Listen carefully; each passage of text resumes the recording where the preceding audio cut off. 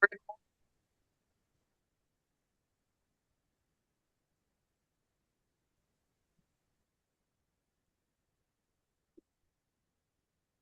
evening, everyone, and welcome to the Connecticut Psychological Association's Social Justice Speaker Series. We are honored to have Dr. Helen Coons as our esteemed speaker tonight. The title of tonight's talk is Barriers to Breast Cancer Care Among Women in Underserved and Displaced Communities in the U.S. and globally, a social justice crisis. A warm welcome, Dr. Coons. My name is Shiva, and I'm the chair of the CPA Social Justice Committee. Joining me today are our dedicated social justice members, Beth, Kyler, Andrew, Lena, and Anne. Now I'm going to hand it over to Kyler to talk about our generous donors who support this vital work. Thank you. So, the Social Justice Speaker Series acts as a catalyst for our shared goals of empowering ourselves, our clients, and the community we serve. And to sustain this important work, we rely on fundraising and the generosity of those who believe in the power of education and the awareness of our biases. We sincerely thank all donors moving forward and are truly grateful to our sponsors. Your support is the foundation that keeps the vital work alive and thriving. And so, as you can see on the slides here, we have a updated slide for 2026.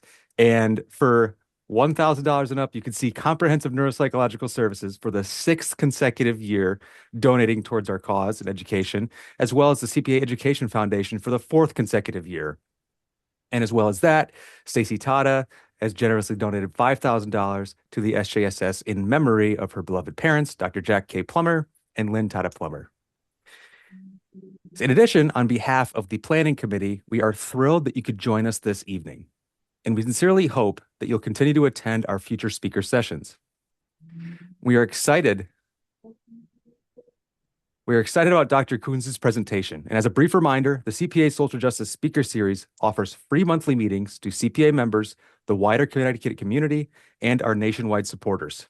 And I welcome you to our speaker series this evening. And with that, I'm going to hand it over to Lena to share our speaker's biography. Hello, everyone. So, Helen L. Coons, PhD and American Board of Professional Psychology, is a board-certified clinical health psychologist who specializes in women's health and mental health, psychosocial oncology, and integrated care in women's health settings. Dr. Coons is currently president and clinical director of the Women's Mental Health Associates and Health Psychology Solutions in Denver, Colorado. Previously, she was a clinical professor in the director of psychology. And she also served as a clinical director while also being involved in the Women's Behavioral Health and Wellness Services, Adult Division, Department of Psychiatry, all in the University of Colorado School of Medicine. Dr. Coons has over 35 years of professional experience working with women with cancer, oncology healthcare providers, and the cancer advocacy community. She specializes in psychosocial aspects of cancer, such as preparing individuals and families for treatment procedures, survivorship issues, living well with uncertainty, cancer during and after pregnancy, moms with metastatic disease, sexual health in women with cancer, oncofertility, refugees and immigrants with cancer, as well as trauma-informed care in oncology settings. Known as a dynamic speaker, Dr. Coons presents to oncology teams and community audiences in the US and globally on psychosocial aspects of cancer and its treatments. She also consults at the national level on psychosocial oncology care and patient resources. Dr. Coons presented at the IOM National Cancer Policy Board meeting on psychosocial services needs among women with breast cancer, served on 4 of the Living Beyond Breast Cancer professional advocacy committees, contributed to Living Beyond Breast Cancer professional advisory committee. Contributed to a survey on advanced breast cancer for the oncology division, and currently sits on LBBC's medical advisory board.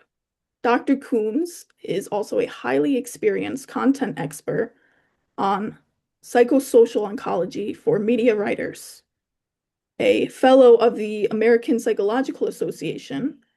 Dr. Coons is a former member on the board of directors of the APA, past president of the Society for Health Psychology, and the founding chair of the Leadership Institute for Women in Psychology. Dr. Coons received her PhD in clinical psychology from Temple University, Philadelphia, after completing her pre-doctoral internship in medical psychology, Duke University School of Medicine. She also completed the DHHS Healthcare Policy Fellowship. So now it is my distinct honor to invite Dr. Coons to guide us through what promises to be an insightful and inspiring presentation. Dr. Coons, the stage is yours. Well, thank you so much, Dr. Stefano. And I want to first applaud the Connecticut Psychological Association for having such an impressive focus on social justice. I was speechless and certainly very honored when Dr. Clark reached out to me. And I really, we were talking before you all came on, I wish I could come every month. This is incredibly impressive. And I am really pleased, taken aback, and excited by your interest in talking about social justice issues as they relate to women in underserved communities, both in the United States and globally. I'm going to pull my slides up. Thank you so much for that very kind introduction. And let's, fingers crossed. And I'm thrilled to see so many familiar faces. And I'm also going to ask you all to stay online as much as possible because okay, I am older. I'm also like really get my juices going when I get to see my audience. And this is a powerful conversation in so many ways. Give me a second, fingers crossed. Okay, where did you go? Can you see my slides?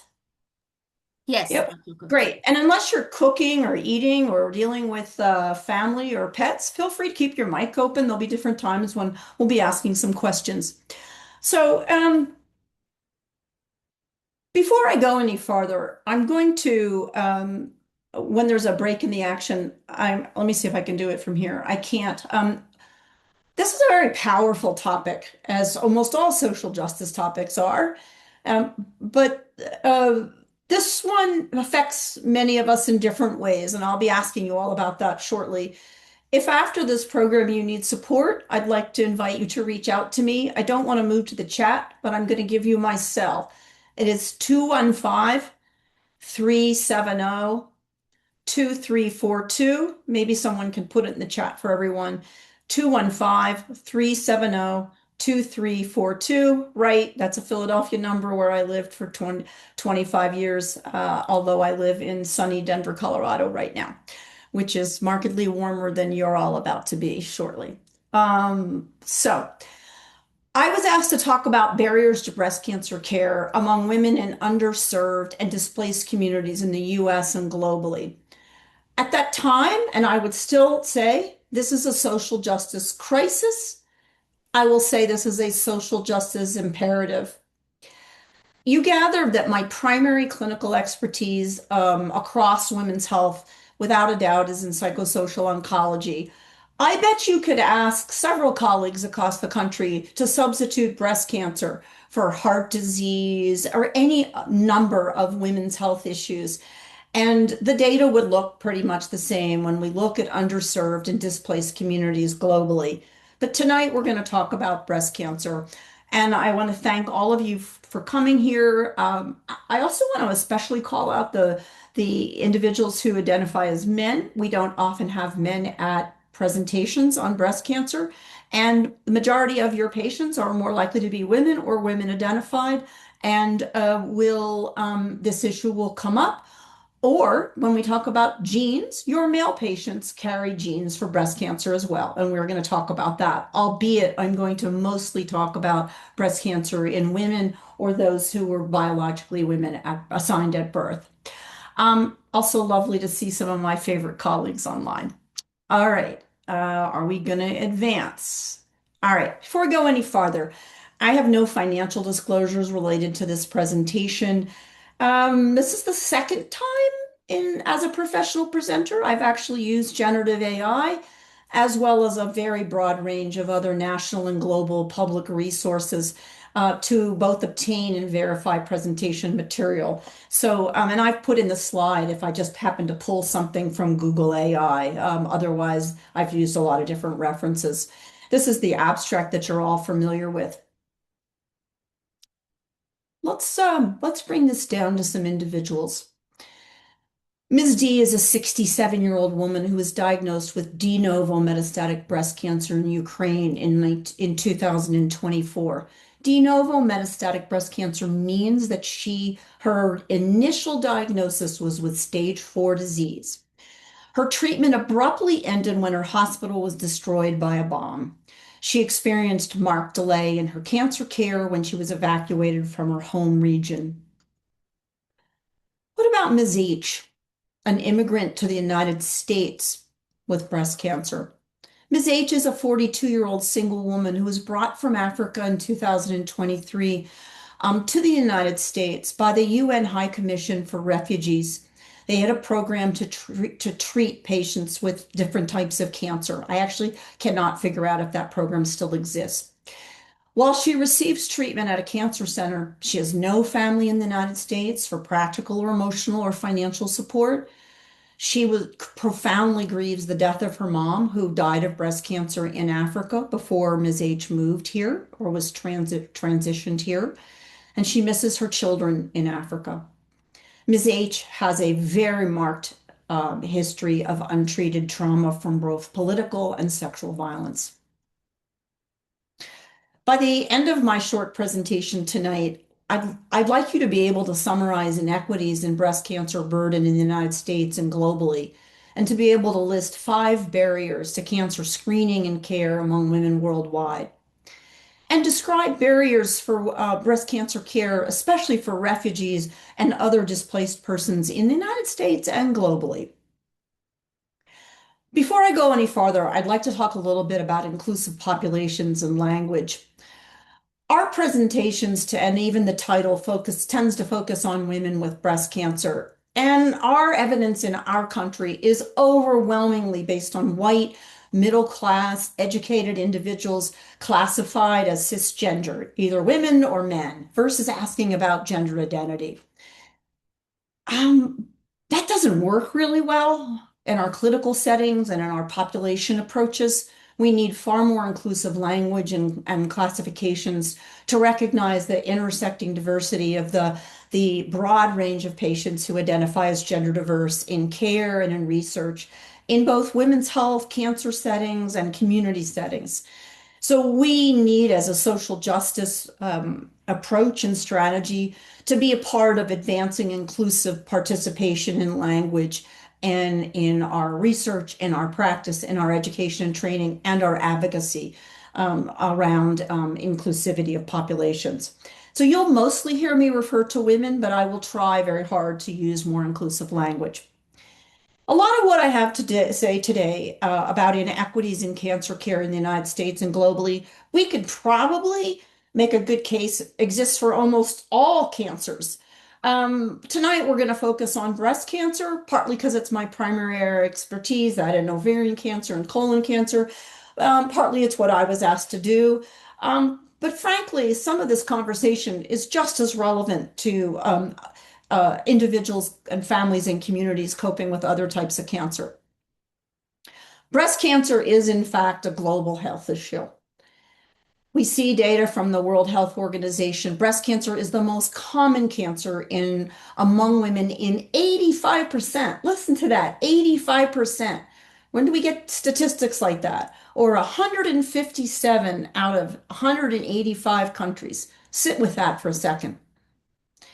And I apologize, I meant to update this data. In 2022, over 2 million women were diagnosed with breast cancer. I can tell you that number's gone up, not down. With 670 deaths, now 670,000 deaths worldwide. That number hasn't gone down. And among marginalized population or minoritized population, that number's gone up. So I'd like you all to use the chat. I felt strongly that I didn't want to put you as individuals on the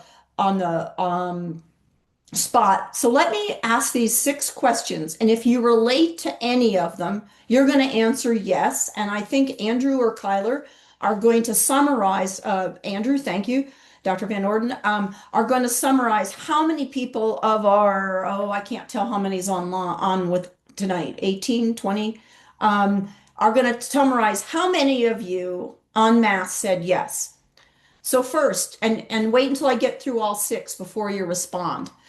And I'm not going to be looking at your responses because I'm terrified I'm going to lose my slides. Do you treat women with breast cancer or individuals who were biologically assigned as women at birth, or trans men who with breast cancer? Do you have a family member with breast cancer? Do you have a colleague with breast cancer?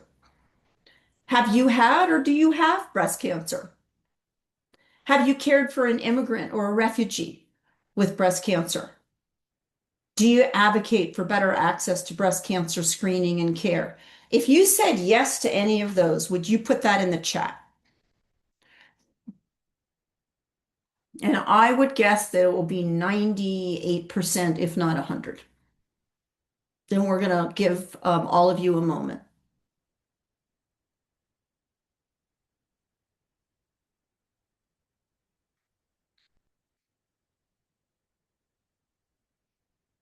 Everybody done? Andrew, can you signal to me? Sure. So far, about 10 have said yes so far. Okay.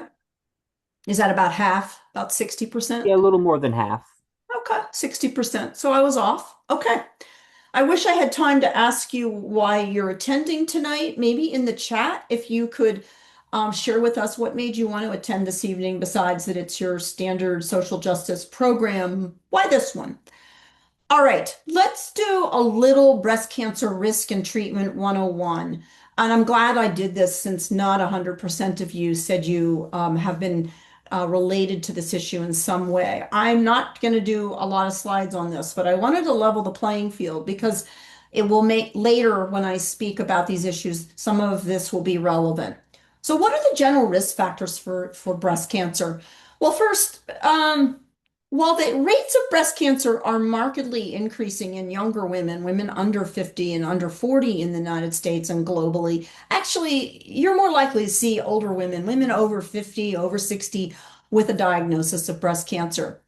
Women in general are at risk for breast cancer if they're overweight, if their alcohol use is high. We have been saying roughly 4 or more drinks a week, not 1 a day, 4 or more drinks a week of any kind increases risk for breast cancer. I'll be interested to see if that data becomes more precise in the years ahead. Environmental exposures, I'm going to talk about that in a minute. I'm going to do a whole slide on that because this is something, all of these are areas that you, if you're a clinician or doing public health interventions, can do something about. Hormonal exposure, early menstruation and having periods for or menses for the longer part of one's life, a delay in the first pregnancy, less time breastfeeding, having no or fewer children. Inherited genetic mutations, and I want to remind everybody that these mutations may be carried by the father of your patients, and I actually have quite an experience of that in September, where the entire family history of breast cancer was entirely on the father's side. So roughly 5 to 10% of breast cancer diagnoses are related to inherited genetic mutations. You're more familiar with BRCA1 and 2. However, there are a very long list of, there's about 11 at least major genes. So I listed a few. CHEK2 is a particularly interesting one. You may see a family with a lot of colon cancer and then a bunch of breast cancer. Uh, did they carry CHEK2, not BRCA1 or 2? So your antennas should be going up.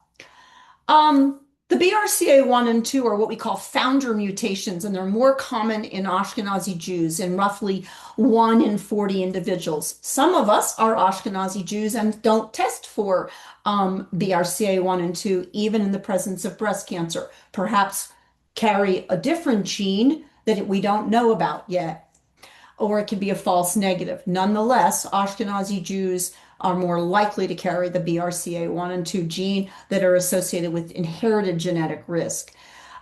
These genes place a higher risk for breast, ovarian, prostate, and pancreatic cancers. So multiple times in my career, I've had a patient with a family history of pancreatic cancer, and maybe someone else had breast cancer, or maybe not, but had a younger and younger distribution of cancers. Your radar should go up that that person needs high surveillance, high screening, and genetic testing. And what we're finally seeing is now people are being followed for early detection, not only of breast cancer, but pancreatic cancer. That was an awfully quick summary of genetic risk, of general risk factors for breast cancer. I want to take a second, though, and remind everybody about the environmental exposure, exposures that increase breast cancer risk. And this is an area where, whether it's a clinical individual, family, or you do population and community work, is really important. And you're going to see more and more discussion of this because it's probably one of many factors that is increasing the diagnosis of breast cancer and colon cancer in individuals under 50, in both and in women, and colon cancers in young and men. So you're seeing a lot of discussion. In fact, Yale has one of the top. Dana-Farber has one. I don't know what Yale. Dana-Farber has one of the top programs about younger adults with colon cancer. Here in Colorado, we have one of the top. There's one of the top programs for younger women with breast cancer. So take a look at this. So I mentioned alcohol because it changes estrogen processing. That is definitely a serious environmental exposure. But parabens, how many times do we need to talk to people about making sure they're not using hair products, cosmetics, moisturizers with parabens, vaginal moisturizers, vaginal lubricants, everything needs to be paraben free. The phthalates and BPAs in our bottles and in our food and our packaging. You'll see a much bigger focus on eating fresh foods, not eating processed foods, not eating foods where you have to open a package. We are kind of killing ourselves with, and obviously some of these packaging have let us have more durable foods, which is important in food shortage areas. But at the same time, we're increasing exposure. So and I just want to say something about radiation.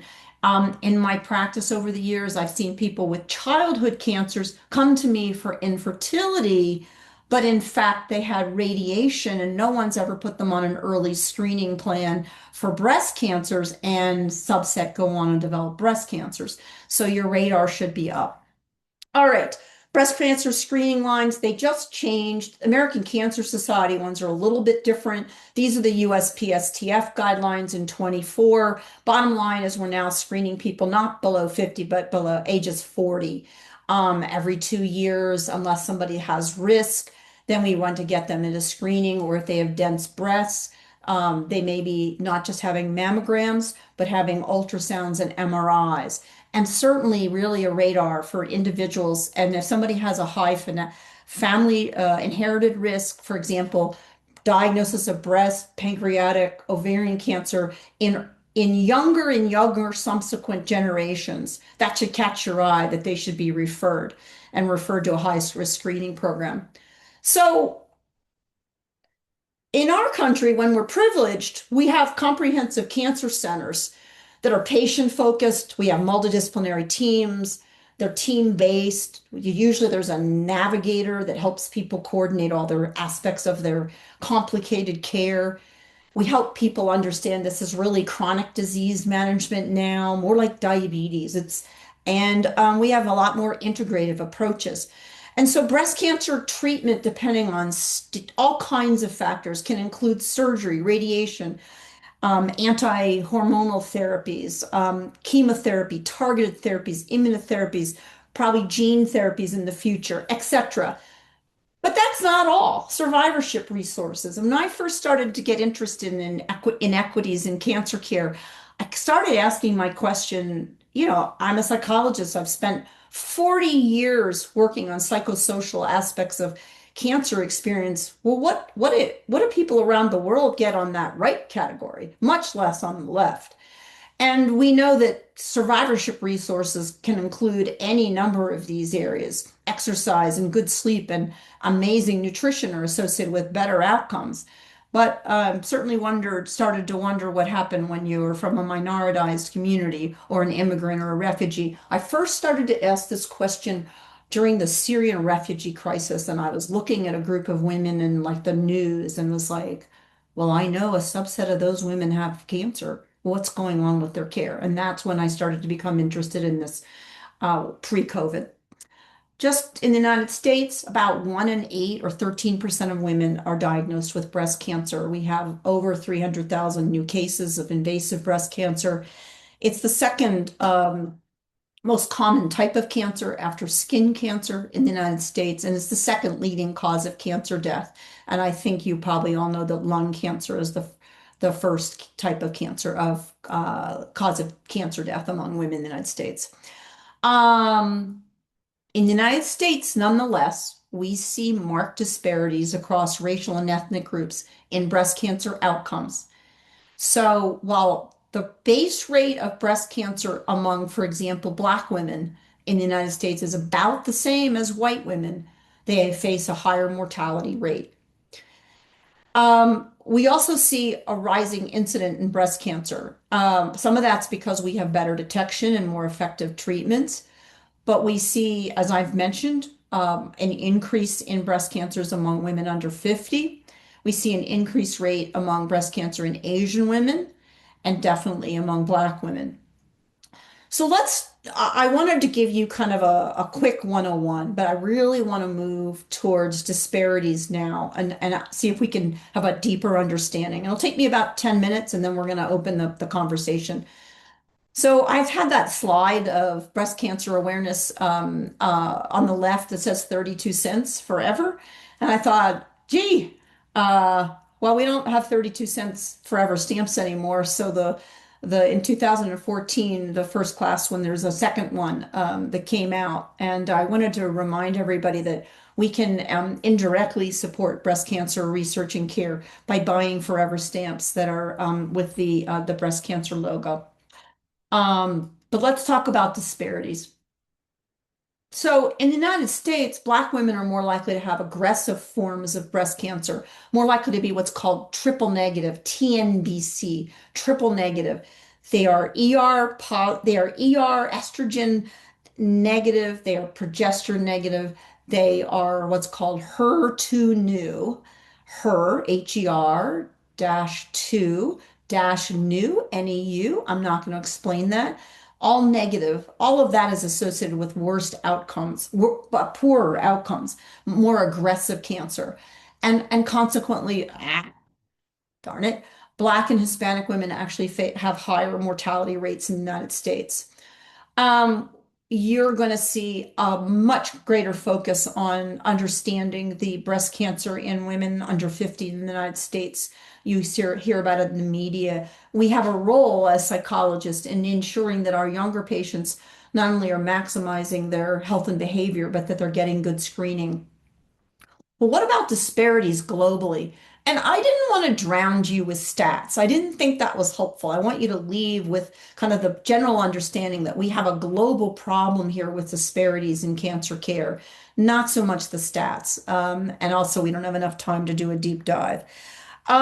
So as WHO pointed out to us, breast cancer is the most common cancer worldwide, and it's the leading cause of death among women, and it's disproportionately affects women in what we call low and middle low income countries. So if you look at the 5-year survival rate by what's known as the Human Development Index, it's a public health term. If you look at survival in high income countries, like big data, like in our country or Japan, Australia, Sweden, really 90% are probably living 5 years if they don't have stage 4 disease. But when you move to low and middle countries, the 5-year survival takes a marked decline.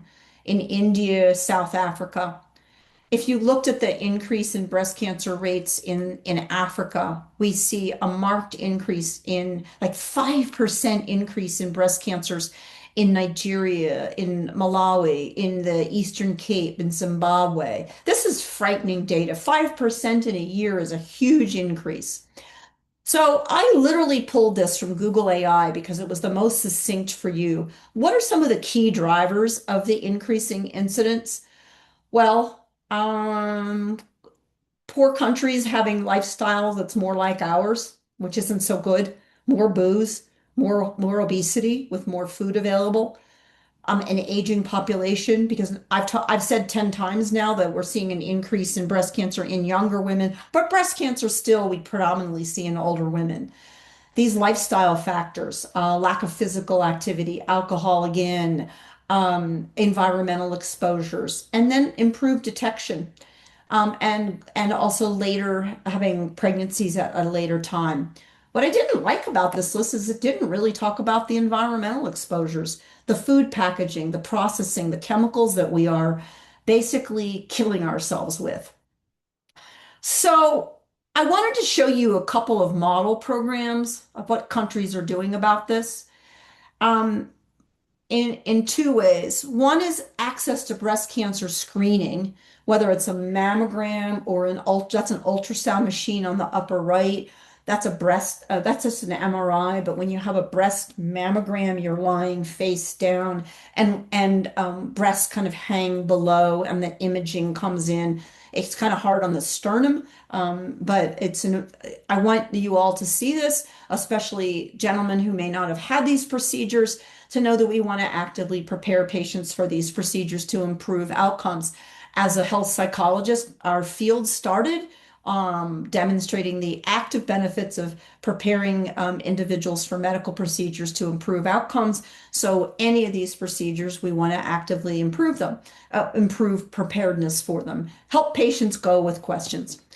So, and also programs to improve the continuity of breast cancer treatment and survivorship, whether it's surgery, that's what a cancer radiation machine looks like. Patient lies flat, and that thing on the top moves around them. The patient doesn't move. Whether it's any number of medications, chemotherapy, immunotherapy. So what are some of these barriers? Well, simply put, the historical and ongoing gender and racial bias, difficulty accessing services of all kinds, the biomedical and the psychosocial one, especially in underserved communities, in individuals where there's displacement, fires, coastal flooding, rural and frontier communities. I live in Colorado, so we have to say rural and frontier. Frontier starts at about, oh shoot, I can't remember now if frontier is 10,000 or 12,000 feet above, 10,000, I think. Health insurance. When Dr. Clark and I first started talking about this, we really anticipated a health insurance crisis in our country, which we're seeing. All too many people and more people are going to have no insurance, or they're going to be underinsured. Changes in Medicare eligibility. Cost of plans under the Affordable Care Act, Medicare, private health insurance plans that are becoming astronomical. High deductibles and co-pays resulting in people actually just avoiding or delaying care. Healthcare related debt is a huge issue in our country. More and more individuals who are not going to be insured at all, and certainly homeless women and children who are maybe less likely to have insurance. And I can't not talk about the fact that we're likely to have reduced and overwhelmed healthcare services. We already do in primary care and cancer care. And this is not only true for inner city, but in rural health services. I'm very worried about rural facilities closing because of changes in Medicaid. I don't know how some of them are going to sustain their services as Medicaid refunding diminishes. But what about displacement?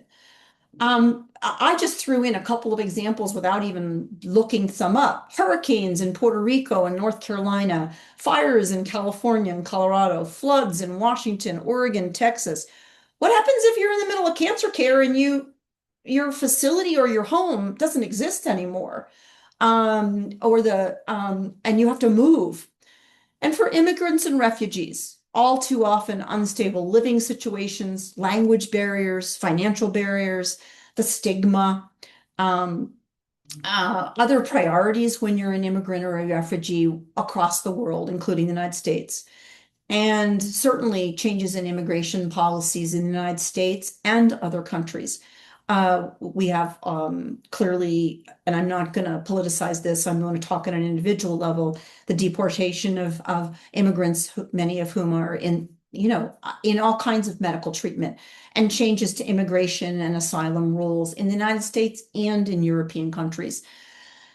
What about refugees, where I started my interest in this area? Well, by definition, there's unstable living circumstances and displacement. They're unable to access or continue in care.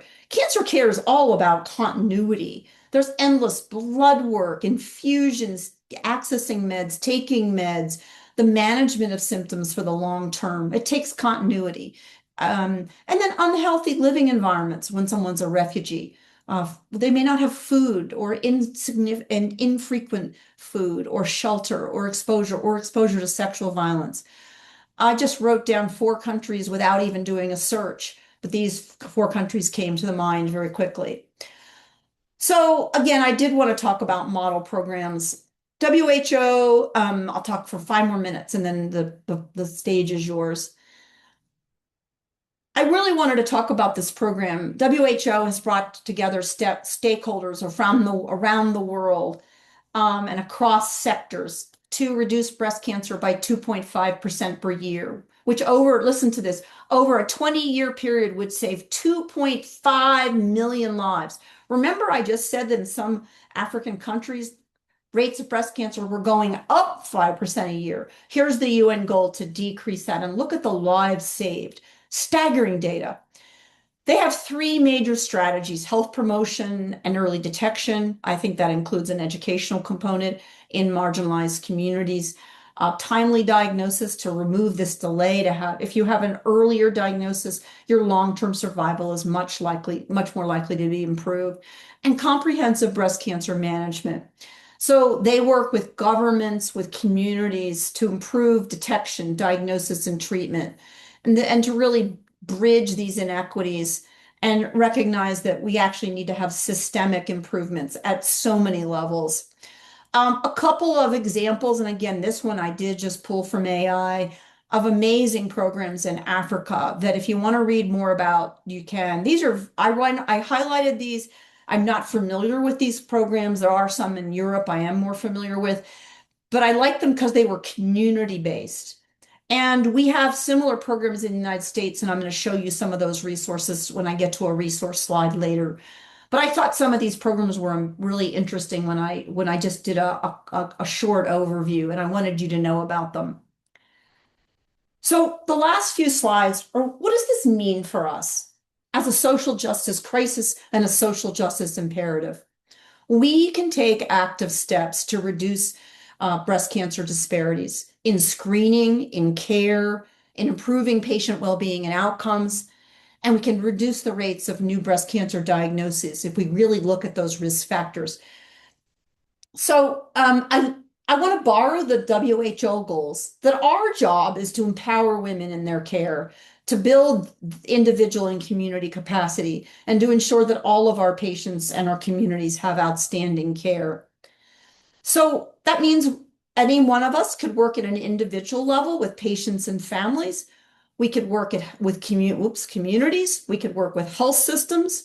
We could work at the local, state, and federal level in policies, and we can work at the global level. Well, let's start at the patient level.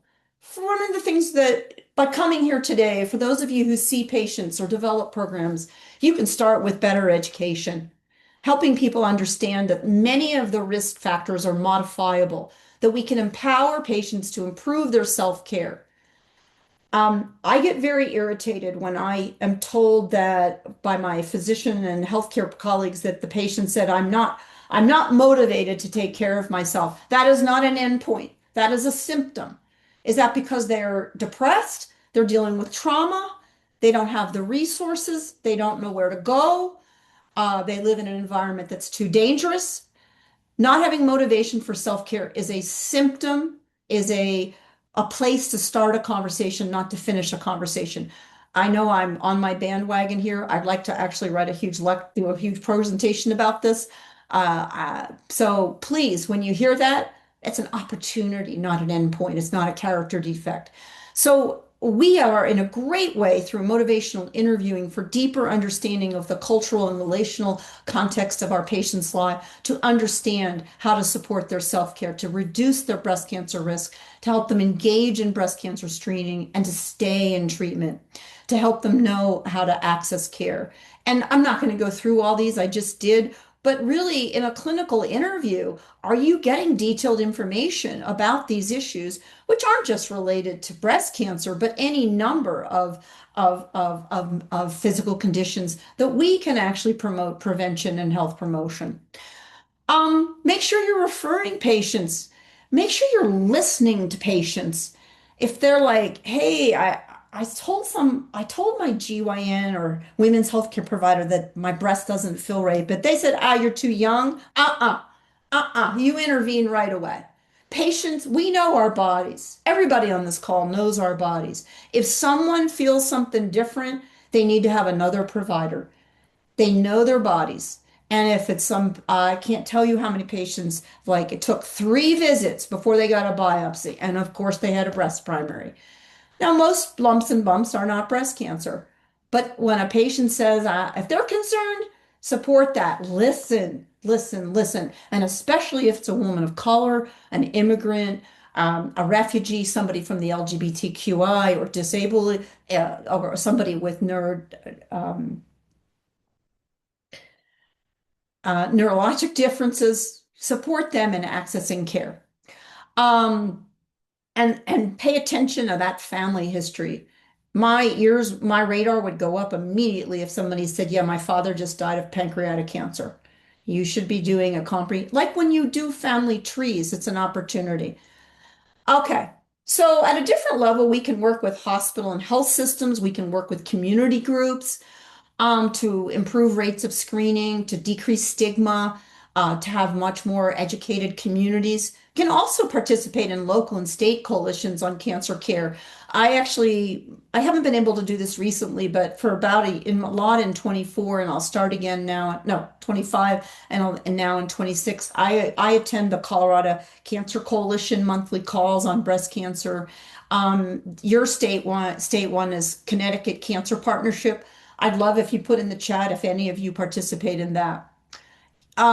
I told you in the United States we have tons of programs, and we do. So when you get these slides, and I'll send them tomorrow without the pictures, you'll have a nice list. And of course, Connecticut, you have your own wonderful resources as well. But these are some national resources, and I tried to make sure you had some that really address resources for cancer care. Some of them do referrals. Some of them will provide financial help. Some of them will come out and I don't have American Cancer Society in here, but they have programs.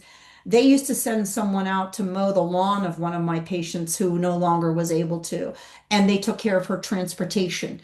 And so some of these organizations it's not just support, they have financial resources as well. There's wonderful programs in Europe and in Africa. And Sharsheret started in the United States, I believe, but also has an Israeli chapter. The High Commission is not specific on breast cancer, and they had programs for refugees from Afghanistan, Syria, Ukraine. I could not quite figure out if this program still exists, but I want to, because I don't know what's going on now, but let me just say our current posture towards international health and well-being will hopefully change in a different administration. And hopefully we will support that moving forward. But I wanted you to know about it. And the High Commission would collaborate with the Union for International Cancer Control to bring programs. Europa is an impressive program, and some of these programs in Europe deal globally with other countries. So let us all work through a call to action to reduce disparities in breast cancer incidence, screening, care, and outcomes across the world. We basically have a call to action. We have a social justice crisis using this example, and we also have an imperative to ensure that everyone we serve has better access to care. I hope this is what you had in mind as a place to start a conversation. I'm going to stop my sharing. I hope it wasn't too basic. And the floor is yours. I only have 12 minutes, but was that helpful at all? Was it what you had in mind? Any surprises? It was wonderful, Dr. Coons. Thank you so much, specifically when you talked about the relationship between pancreatic cancer and colon cancer and breast cancer.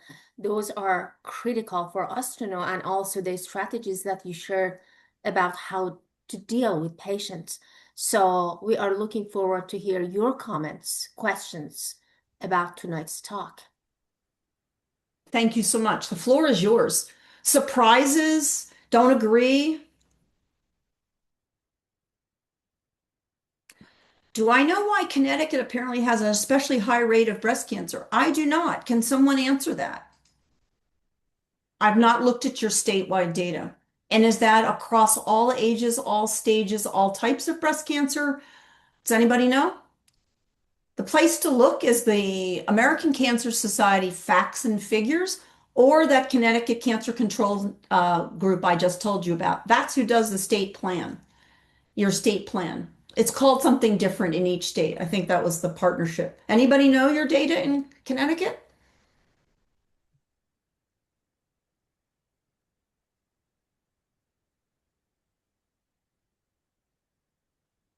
Maybe someone on your committee, and I can try to look at this next week.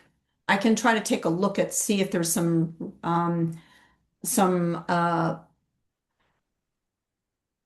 reasons that would account for that.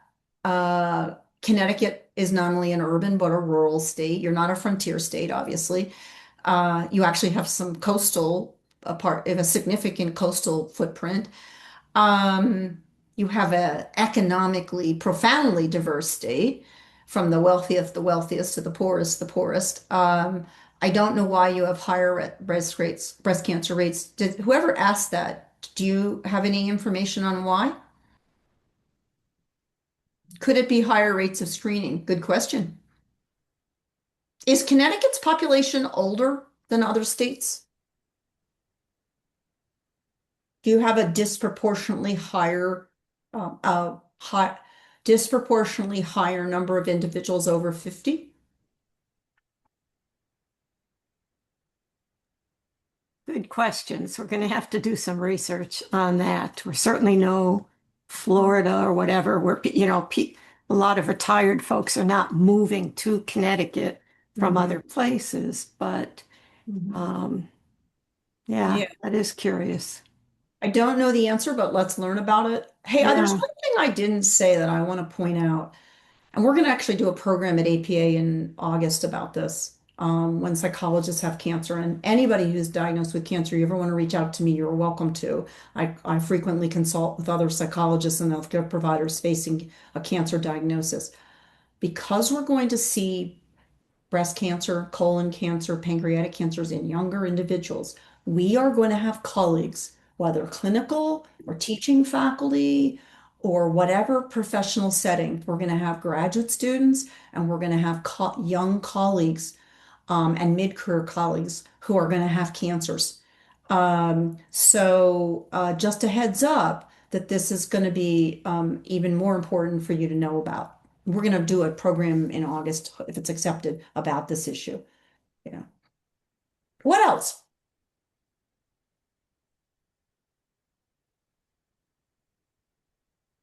Anything surprise you? Do you think this is a social justice issue?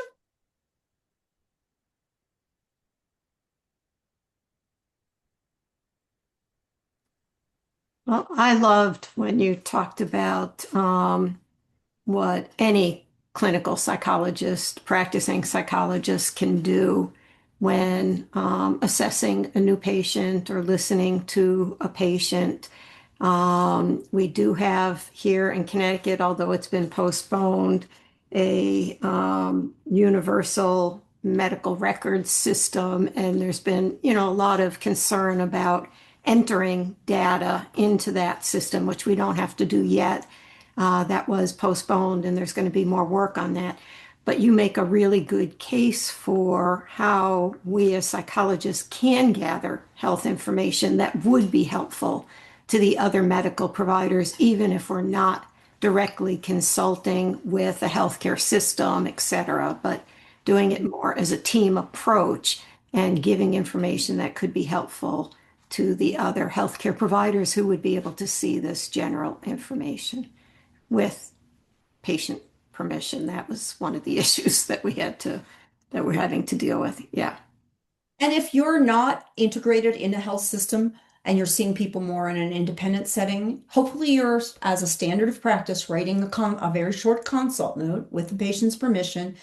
If you're when you're doing a developmental history, including a family history, you're obviously asking about not just psychosocial stuff, but health stuff. Your radar should go up. And in a note, you can say, among the several reasons you're treating them, you've also referred them back to you to discuss their family history across multiple generations with a cascading age at diagnosis. And document it and send it and empower the patient to go back. I can't tell you how many times in my career I've had to support a patient to go back to a provider. And, after the second time, it's like, nope, you're getting another provider, another provider. Um, Dr. Coons, I think you made an important point there, and more broadly, find that often it's important and helpful to do some coaching with people with that, just how to approach their medical providers and some ways to do that and to deal with some of the anxiety and what's good in getting care. I have a couple of questions for you. One is that there's a large, at least I'm in the Danbury area, and there's a large Hispanic population in other areas of the state. And I wonder if you have any thoughts about, you didn't mention about, Central and South America and the displaced from that culture. We have large populations that are from there, at least until they will get deported. Dealing, if there are any cultural factors or specific factors to that. Another thing I'd like to hear your comment is to a little more broadly than just the breast cancer, to look at issues about as we advocate to have a little more bang for the buck of what's good to advocate and be aware of to broaden treatment for other cancers. I have a little personal investment in this. My wife has been treated for lung cancer, and she's among the 20% of people with lung cancer who have no history of smoking. And it was only discovered because thankfully she's a bit clumsy and she tripped at home and fell onto a dehumidifier. And as they were checking for rib fractures, they noticed that she had some nodules and it was stage one. And they don't, in order to be, although with breast cancer, the standard of care is often the screening, the regular screening. In lung cancer, it's only if you've had a 20-year history of smoking a pack a day and you're over 50. That's when they kick in for routine screenings. So in lung cancer now, there's several centers around the country that are like small nodule clinic, basically. I know there's one here because actually it came up personally, and it's like, so there are a bunch of centers across the country that will follow people with small nodules that didn't exist a few years ago. And like, let's make sure we're catching these things early. Same with pancreatic cancer. So, and I'm sorry to hear about your wife, and we wish both of you well in a very long. Doing well, thankfully. Good. So I Getting want to caught go back early. a couple seconds about your question. Yes, I did not sort of put the South American data. I was trying to kind of give you examples, and I apologize if that seemed insensitive or as an oversight. So as in any cultural group, are there stigmas about touching and let's broaden the conversation, touching oneself? Having exams, but without a male partner in the room. There are certain cultures for whom that does not happen, and not both culturally and as a issue around relational power and control. There are individuals. Uh, One of the things that when you said Central America, that I was thinking about is how diverse all of these communities are. And there are Central Americans who are Ashkenazi Jews. They grew up in South America, but their families, their grandparents were immigrants during the Holocaust, or they were immigrants from any number of other countries way before that or since then. And so to be careful, and I'll never forget this. I used to meet all these individuals from in the East Coast from Cuba and from Puerto Rico, and a subset of them were all Jewish. And I'm like, okay, not Catholic. I had to quickly like abandon my assumptions. And one of them came from an Ashkenazi Jewish family. And one of my closest colleagues in Philly was an Argentinian Jew. And her family absolutely were Ashkenazi from Europe and emigrated around the time of World War II. So, Dr. Stern, the reason I'm belaboring this is it's really incumbent on us that we not make any assumptions about anybody we have in our presence. And we ask them about their family history. And just because they're from South America doesn't tell us a whole lot about their religion, their genealogy, their biological genetic inherited risks. And so ask questions.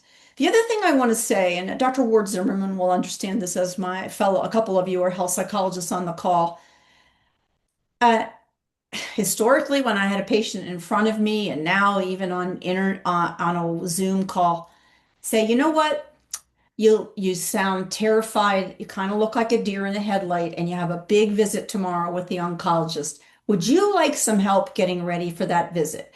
I want to invite you to bring someone with you to take notes. You can use a translator if you need to, but we really need a mature, not needy person, mature family member. The family member should not be the translator. Um, to go with that person, but I actively want to prepare them for that visit. So I might say, um, would you like some help getting ready for that visit tomorrow? Would you like to generate a bunch of questions? Because at that point they're shut down.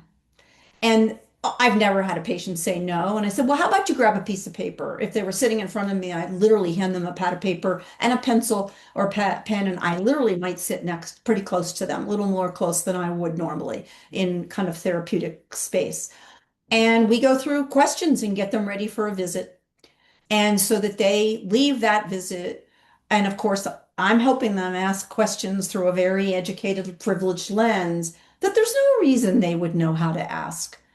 And they come back both sometimes scared, sometimes way more reassured, but they feel more empowered. And that's what I'm looking for. And I'm looking for them to take that anxiety, take any of the